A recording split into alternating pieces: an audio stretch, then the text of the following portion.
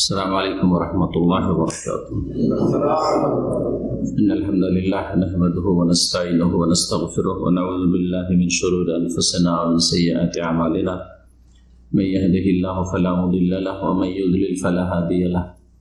وأشهد أن لا إله إلا الله وحده لا شريك له وأشهد أن محمدا عبده ورسوله صلى الله تعالى عليه وعلى آله وصحبه وسلم تسليما كثيرا. رب اشرح لي صدري ويسر لي امري واحلل عقدة من لساني يفقهوا قولي رب زدني علما. আল্লাহ রাব্বুল আলামিনের যাবতীয় প্রশংসা যে আল্লাহ রাব্বুল আলামিন মানুষকে জ্ঞান দান করেছেন এবং ভালো জ্ঞান শিখে ভালো আমলের উপকারী জ্ঞান অর্জন করে সৎ আমল ভালো কাজ করার নির্দেশ দান করেছেন। সালাত ও সালাম নাযিল হোক রাসূল সাল্লাল্লাহু আলাইহি ওয়াসাল্লামের উপর, যার মাধ্যমে উপকারী জ্ঞান এসেছে, তার প্রতি ওহী করা হয়েছে। তাই হচ্ছে মূলত উপকারী জ্ঞান, সেই জ্ঞান ভিন্ন কোন জ্ঞান, কোন ইলম উপকারী হতে পারে না। সেই জ্ঞানের উপর ভিত্তি করে বাকি যে সমস্ত জ্ঞান অর্জিত হবে তা হবে উপকারী। আমাদের ধারাবাহিক আলোচনা প্রতি মঙ্গলবারে এই বছর 1440 হিজরিতে ইলমুল ফারায়েজ বা ইলমুল মাওয়ারিস ধন সম্পদের ভাগ বণ্টন সম্পর্কে আজকে 25তম পর্ব। আজকের আলোচনা দিয়ে আমরা মনে করছি যে শেষ করব, আর তারপরে আমরা এগুলির কিছু চর্চা করব প্র্যাকটিক্যালি। আজকের বিষয়বস্তু নতুন কিছু বিষয়বস্তু না করে গুরুত্বপূর্ণ যে বিষয়বস্তুটি এর বিশেষ করে সাধারণ মানুষের জন্য, তা হচ্ছে উত্তরাধিকারীদের অবস্থা, আহওয়ালুল ওয়ারিসিন, যেটা এই তিনটি পর্বে গত আলোচনাগুলি 24, 23, 22 এই আলোচনাগুলি রয়েছে।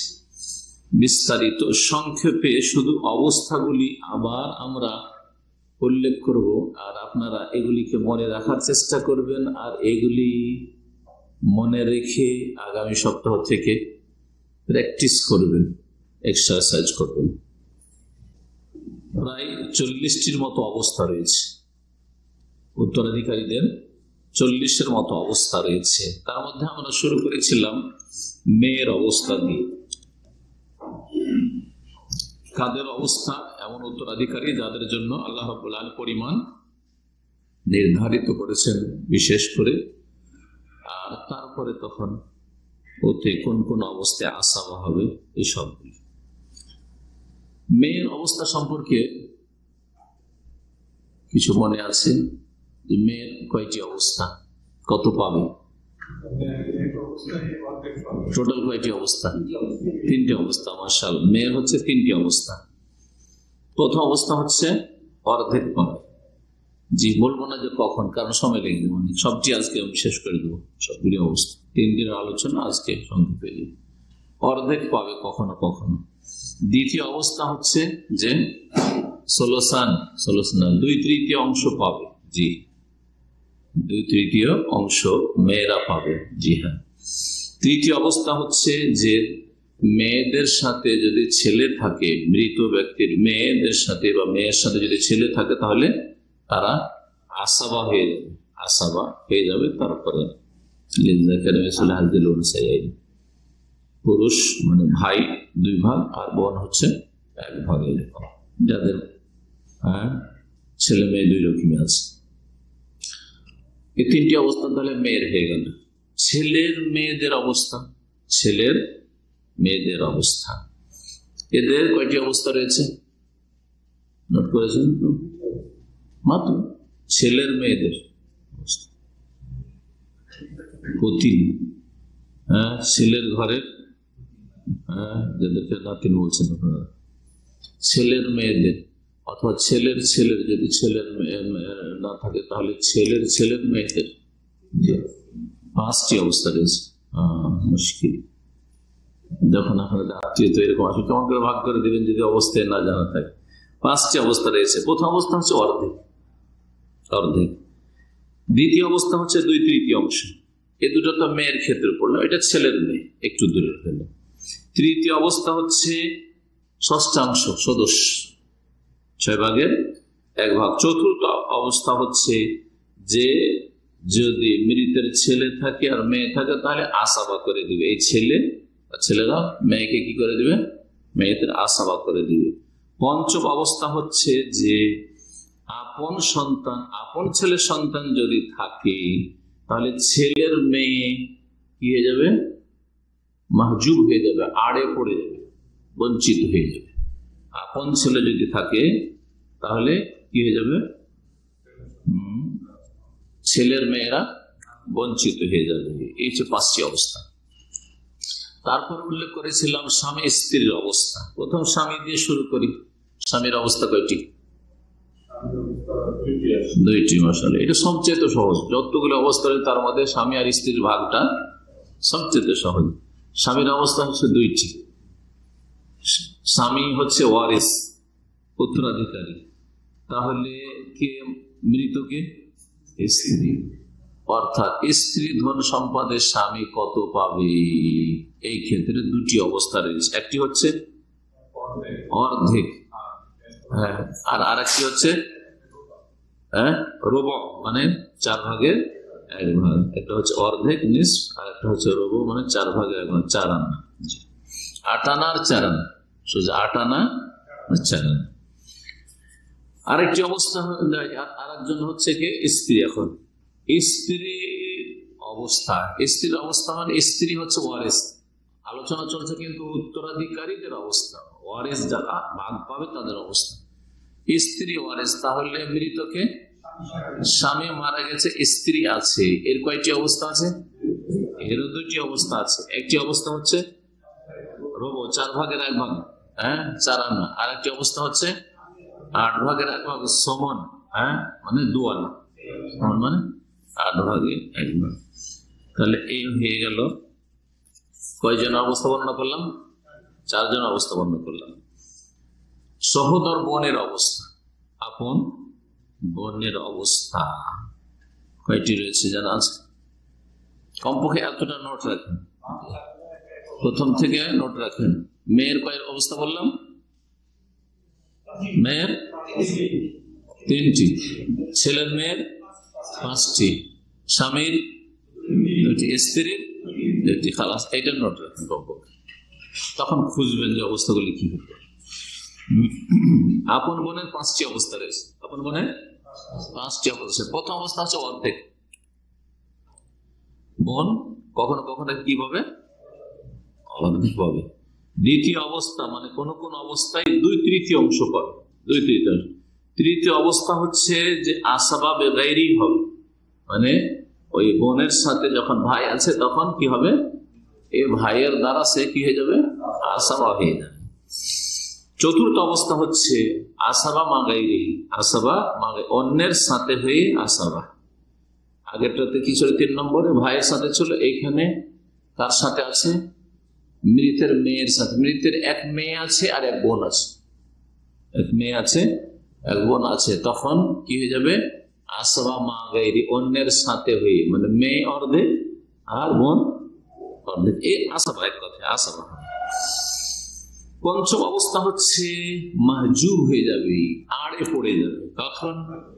হ্যাঁ, ছেলে থাকলে আপন বোন, ছেলের ছেলে থাকলেও, আর তার নিচে ছেলের ছেলের ছেলে যদি থাকে তবু এরা বেশি হকদার, বোন পাবে না। বোন হচ্ছে হাওয়াসি সাইডের আত্মীয়, আর ছেলে ছেলের ছেলে ছেলের ছেলের ছেলে এরা হচ্ছে ওরসজান, সুতরাং এরা অগ্রাধিকার পাবে, এরা ওকে কি করবে, আর সৃষ্টি করে দেবে।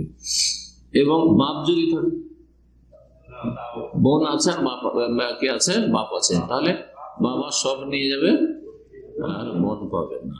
জি, কারণ বাপ হচ্ছে আসল, অসুল, মূল, মূল থাকতে সাইডের গুলো পাবে না। তাহলে কয়টি অবস্থা হলো? 5টি অবস্থা। আল উখতু লিআব, বাপ শরীর বোন, মানে সৎ বোন, সৎ বোন, বৈমাত্রীয় বোন, বৈমাত্রীয়, মা ভিন্ন ভিন্ন। সৎ বোনের অবস্থা হচ্ছে কয়টি? 6টি, মাশাআল্লাহ। নোট রাখেন যারা নোট করেন, 6টি। প্রথম অবস্থা হচ্ছে যে সদবন অর্ধেক পাবে, মাইয়াতের ধন সম্পদের সদবন কত পাবে? অর্ধেক। দ্বিতীয় হচ্ছে 2/3 অংশ পাবে। তৃতীয় হচ্ছে ষষ্ঠাংশ পাবে, 6 ভাগের 1 ভাগ সদস্য পাবে। চতুর্থ অংশ হচ্ছে আসাবাবে গায়রি হবে। জি হ্যাঁ, কে যে সদবন? জি হ্যাঁ, যদি তার মেয়েদের সৎ ভাই আছে, সৎ বোন আছে, সৎ ভাই আছে, এই সৎ ভাইটা কি করে দিবে? সৎ বোনকে আসাবে গায়রি করে দিবে। পঞ্চম অবস্থা হচ্ছে আসামা গায়রি। এই 5টা তাহলে সেম সেম নিজের বোনের মতো। হ্যাঁ, কথা বোঝা গেছে কিনা? আসবা মা গায়রি হবে। জি হ্যাঁ। আর তারপরে হচ্ছে 6 নম্বর হচ্ছে আর সৃষ্টি করে দেবে ছেলে, ছেলের ছেলে, আরো নিচে যদি চায় বাপ, বাপ আর সৃষ্টি করবে। এছাড়াও অতিরিক্ত আর সৃষ্টি করবে সৎ বোনকে আপন ভাই। আপন ভাই কি করবে? যদি আপন বোন হতো তাহলে আড়ে পড়ছে না, আপন বোন আছে, আপন ভাই আছে, তখন আশা ভাই বোন দুজনই পাবে। কিন্তু সৎ বোন আপন ভাই, মাইয়াতের আপন ভাই আছে আর কি আছে? সৎ বোন। এখানে কি হয়ে যাবে? আপন ভাই সব নিয়ে যাবে আর সৎ বোন কিছু পাবে না, মাহজুব আড়ে পড়ে। 6 নম্বর অবস্থা। কয়জনের অবস্থা বর্ণনা করা হলো? সেটা হয়ে গেছে। 7 নম্বরে বাপ। বাপের কয়টি অবস্থা? বাপ হচ্ছে ওয়ারিস, মেয়ে হচ্ছে ছেলে অথবা মেয়ে, ছেলে মেয়ে উভয় হতে পারে, ছেলে অথবা মেয়ে মারা গেছে, বাপ হচ্ছে ওয়ারিস। প্রথম অবস্থা হচ্ছে বাপ 6 ভাগের 1 ভাগ ষষ্ঠাংশ পাবে, ষষ্ঠাংশ পাবে। এটা হচ্ছে তার জন্য ফরজ। জি হ্যাঁ, ছেলে থাকলে, ছেলে থাকলে। হ্যাঁ, বাপের অবস্থা 3টি। প্রথম অবস্থা হচ্ছে ষষ্ঠাংশ। দ্বিতীয় অবস্থা হচ্ছে ষষ্ঠাংশ পাবে এবং প্লাস আসাবা হবে। কিছুটা পেল ফরজ হিসাবে, তার জন্য আল্লাহ ভাগ নির্ধারিত করেছেন, ষষ্ঠাংশ সেটা। আর তারপরে কিছু মাল সম্পদ বেঁচে যাচ্ছে, তখন সে আসাবাও হয়েও একটা চান্স নেবে দিয়ে পাবে। তো এটা হচ্ছে ফরজ ও তাসিব। ফরজ সাহেবের ফরজ হচ্ছে আর আসাবাও হচ্ছে। তৃতীয় অবস্থা হচ্ছে যে শুধু আসাবা, মানে আর অন্য আত্মীয়রা কেউ যদি থাকে নিয়ে নেওয়ার পরে সবই নিতে পারে, অথবা কেউ যদি না থাকে পুরোটাই নিতে পারবে, বা পুরো ধন সম্পদ ছেলে নিতে পারবে। জি হ্যাঁ, অথবা বাকি যেটুকু থাকবে নিতে পারবে। যেমন একটা উদাহরণ দিই, একজন লোক মারা গেছে, ব্যাচেলর, তার বিয়ে শাদী নেই, ছেলে মেয়েও নেই, হ্যাঁ, আর কে নেই, স্ত্রীও নেই, তাহলে শুধু বাপ আছে, হ্যাঁ, মাও নেই, তাহলে পুরো ধন সব বাপ নিতে পারবে। মা কিন্তু পুরো ধন সম্পদ নিতে পারবে না, মা থাকে, বাপ পুরো ধন সম্পদ নিতে পারবে।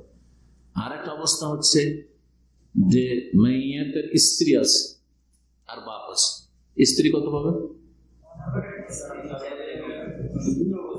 ছেলে মেয়ে নেই কিছু, 4 ভাগের 1 ভাগ, 4 আনা 12 আনা যে ধন সম্পদ বাঁচলো, পুরোটা আসাবা হিসাবে হবে। কথা বোঝা গেছে? আর একটা অবস্থা হচ্ছে স্ত্রী আছে, মা আছে আর বাপ আছে। স্ত্রীকে দেবো, মাকে দেবো, আর তারপর যা বাঁচবে সেটা আসামা হিসাবে।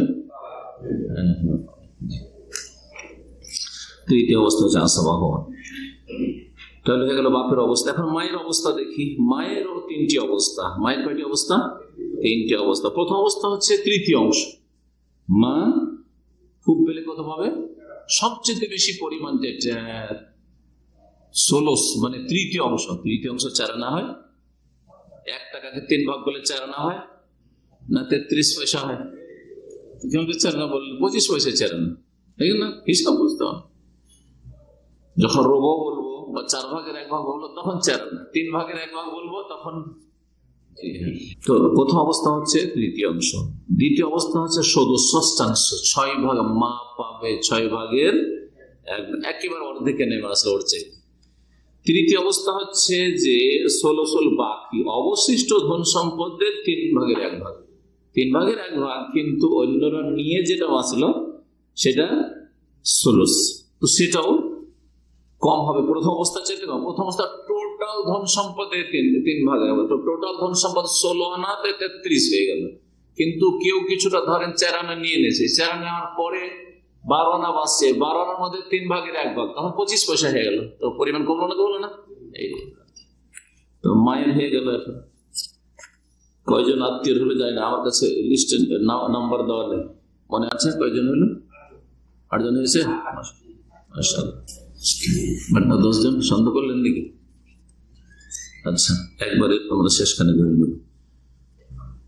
8 হয়েছে, 9 নম্বর এইখানে আবার নম্বর আছে। হ্যাঁ, 9 নম্বর আল ইখওয়া লিউম, মা শরীক ভাই বোন। মা শরীক ভাই বোন মানে বৈপিত্রীয় ভাই বোন। এখানে ভাই বোন এই একটা অবস্থা যেখানে ভাই আর বোন সমান সমান পাবে। ভাই বোন কোনোখানে সমান সমান পায় না, ছেলে মেয়ে কখনো সমান সমান পায় না, কিন্তু ভাই বোন এখানে কোন ভাই বোন এরা? সৎ না, সতের বিপরীত। হ্যাঁ, বৈপিত্রীয়। মা এক, বাপ যখন 2 হবে তখন ভাই আর বোনের হক সমান সমান। তো বৈপিত্রীয় ভাই বোনের অবস্থা হচ্ছে 3টি। প্রথম অবস্থা হচ্ছে 16, 3 ভাগের 1 ভাগ। দ্বিতীয় অবস্থা হচ্ছে 16, ষষ্ঠাংশ, 6 ভাগের 1 ভাগ। তৃতীয় অবস্থা হচ্ছে যে আড়ে পড়ে যাবে, মানে বঞ্চিত হয়ে যাবে। কার দ্বারা? যদি মূল পুরুষ থাকে, মূলে কেউ পুরুষ থাকে, অর্থাৎ যদি বাপ থাকে তাহলে বৈপিত্রীয় ভাই বোনেরা পাবে না। আচ্ছা, বাপ নাই কিন্তু ছেলে অথবা মেয়ে আছে, ছেলে বা মেয়ে যদি থাকে তো বৈপিত্রীয় ভাই বোনেরা মাহজুব আড়ে পড়ে যাবে, পাবে না। 16 আর মাহজুব হওয়া, আড়ে পড়ে যাওয়া। 10 নম্বরের মাইয়াত হচ্ছে দাদি বা নানি। দাদি বা নানি, আল জাদ্দা, আরবিতে দাদি নানি দুটোকে বলবে। দাদি নানির 2টো অবস্থা রয়েছে। একটি অবস্থা হচ্ছে ষষ্ঠাংশ, দাদি অথবা নানি, কারো কেউ মারা গেল আর ওর দাদি বেঁচে আছে বা নানি বেঁচে আছে, তাহলে কি হবে? 6 ভাগের 1 ভাগ পাবে। এটা হচ্ছে তার জন্য ফয়সালা। হাদিসে নবী সাল্লাল্লাহু আলাইহি ওয়াসাল্লাম এইভাবে ফয়সালা দিয়েছেন, সাহাবীরা ফয়সালা করেছেন। সদস্য দাদিকে নানিকে ষষ্ঠাংশ দিয়েছেন। দ্বিতীয় অবস্থা হচ্ছে আড়ে পড়ে যাবে, হয় 6 ভাগের 1 ভাগ পাবে না, আর কিছু পাবে না। জি, মা যদি থাকে, মাও আছে দাদিও আছে, মাও আছে নানি আছে। জি, তো মা যখন আছে তখন আর নানি পাবে না। হ্যাঁ জি। 11 নম্বর হচ্ছে দাদার অবস্থা। দাদার কয়টি অবস্থা? 4টি। মাশাআল্লাহ, 4টি অবস্থা। দাদার অবস্থা 4টি। প্রথম অবস্থা হচ্ছে ষষ্ঠাংশ, দাদা কত পাবে? 6 ভাগের 1 ভাগ পাবে। দ্বিতীয় অবস্থা হচ্ছে ষষ্ঠাংশ, সদস্য পাবে আর আসাবা হবে, সদস্য পাবে আর আসাবা হবে। তৃতীয় অবস্থা হচ্ছে যে শুধু আসাবা হবে, শুধু আসাবা হবে। বাপের অংশটা মনে আছে? কত পড়লেন একটু আগে? মনে করেন তো বাপের অংশ কত ছিল? ঠিক, বাপের অবস্থা এরকমই তো। সদস্য ষষ্ঠাংশ ছিল, আর ষষ্ঠাংশ সদস্য আর আসাবা, ঠিক ওই রকম এখানেও দাদার পাওয়াটা কিন্তু বাপের মতোই। হ্যাঁ, হয় ষষ্ঠাংশ, প্রথম অবস্থা, দ্বিতীয় অবস্থায় ষষ্ঠাংশ এবং প্লাস আসাবা, আর আরেকটি অবস্থা হচ্ছে শুধু আসাবা, যেমন বাপের ক্ষেত্রে শুধু আসাবা। চতুর্থ অবস্থা, 4টা অবস্থা না কার? তাহলে বাপের 3টা অবস্থা, দাদার কয়টা অবস্থা হলো? 4। একটা বাড়লো কোনটা? চতুর্থ অবস্থা হচ্ছে যে বঞ্চিত হয়ে যাবে। দাদা কখনো কখনো আড়ে পড়ে যাবে, মাহজুব হয়ে যাবে। কখনো এটা বিল আবে, বাপ থাকলে, অথবা কাছের দাদা থাকলে দূরের দাদা বঞ্চিত। কাছের দাদা থাকলে দূরের দাদা বঞ্চিত। যেমন বাপের বাপ আছে আর বাপের দাদাও বেঁচে আছে, হ্যাঁ, তাহলে বাপের বাপ আর বাপ নাই, তাহলে বাপের বাপ পাবে, বাপের দাদা পাবে না, দূরেরটা পাবে না। জি, কতটা হইল? 11 জন। 11 জন মাইয়া, আর ওদের এই অবস্থাগুলি আপনাদের সামনে আলোচনা করা হইল এই অল্প সময়। আর কিছুটা সময় আছে, আমরা যে আলোচনাগুলি পড়েছি একটু শুধু স্মরণ করাই, যাতে করে ওগুলো আপনাদের খেয়ালে থাকে, না হলে ফারাইজ সম্পর্কে মোটেই বুঝবেন না। আর অনেকে মাঝে মধ্যে এসছেন, আমরা যেসব বিষয়গুলি নিয়ে আলোচনা করেছি প্রথম থেকে, প্রথম বিষয় ছিল, কে বলতে পারেন নিয়মিত যারা এসছে, প্রথম আলোচনা আমাদের প্রথম পর্বে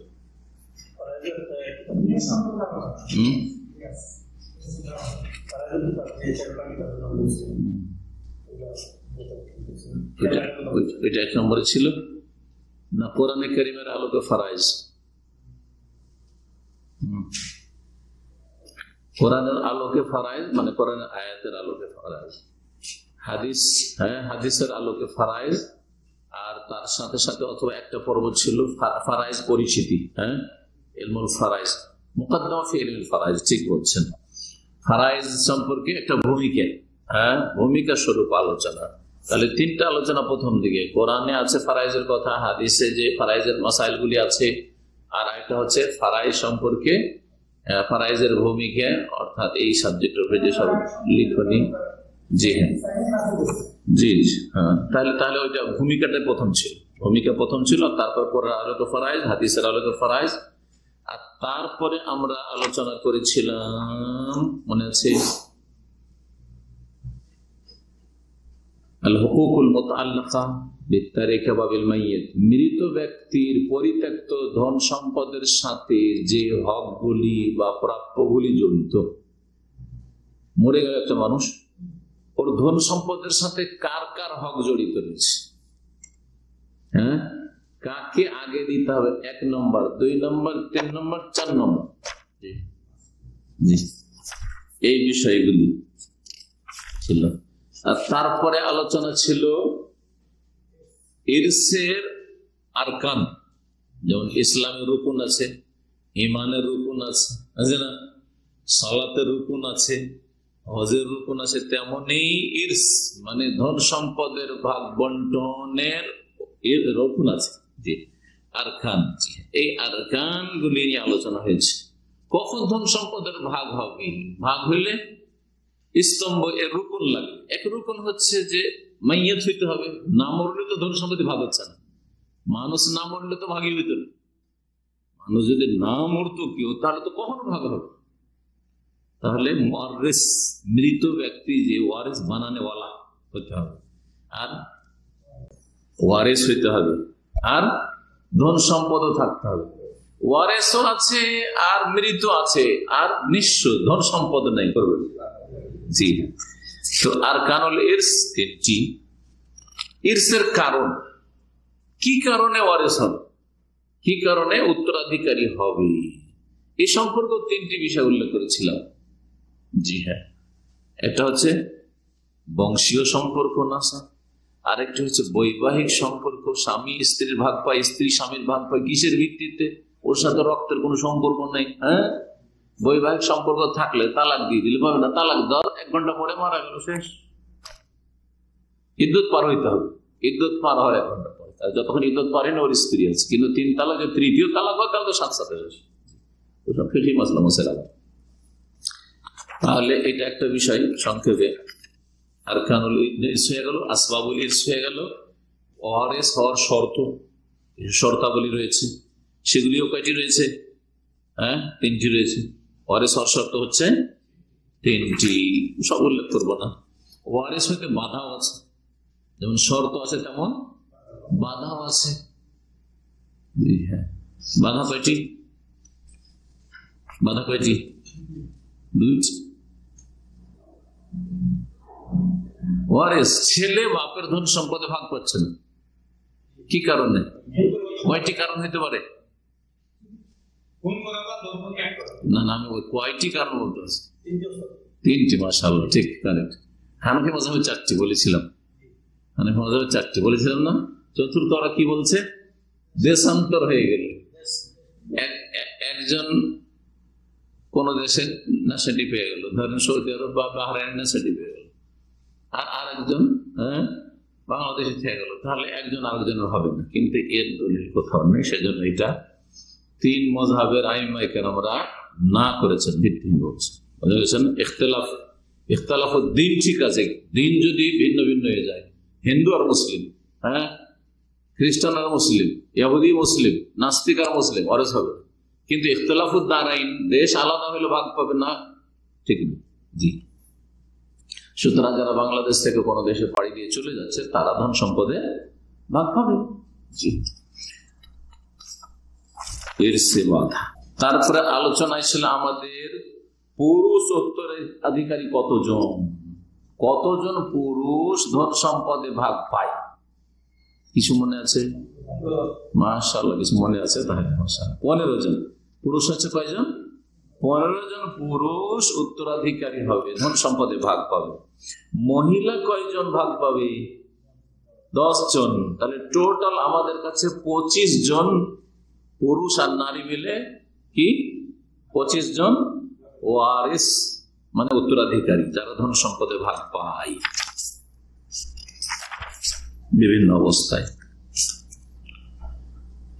ধন সম্পদ ভাগের প্রকরণ আনওয়াউল ইরস, এটা হচ্ছে আনওয়াউল ইরস, ধন সম্পদ ভাগের কিংবা উত্তরাধিকারের কি প্রকরণ ভাগ।